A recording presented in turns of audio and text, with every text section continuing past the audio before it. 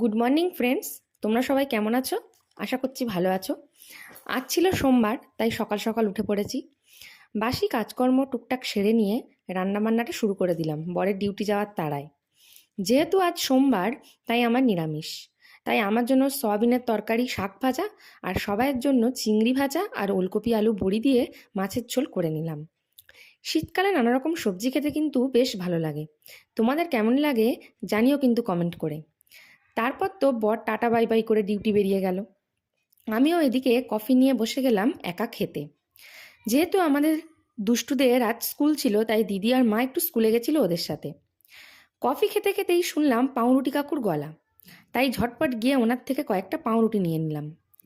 তারপর স্নান করে ছাদে জামা কাপড় দিয়ে এসে টিফিন খেয়ে নিলাম। এরপর আর কিছু তেমন ভিডিও করা হয়নি। দুপুরবেলা খেয়ে দিয়ে ঘুম দিয়ে ওঠে একেবারে দুধ গরম করে নিলাম। তারপর আটাটা মাখিয়ে নিয়ে কালকে রান্নার জন্য সবজিটা কেটে রাখলাম। সন্ধ্যাবেলা আজ দিদি চানা বানিয়েছিল, সেটাই খাওয়া হলো সবাই মিলে, যদিও আমি বাদ পড়ে গেলাম আর কি। তারপর চা বিস্কুট দিয়ে আজকের ব্লগটা শেষ করলাম।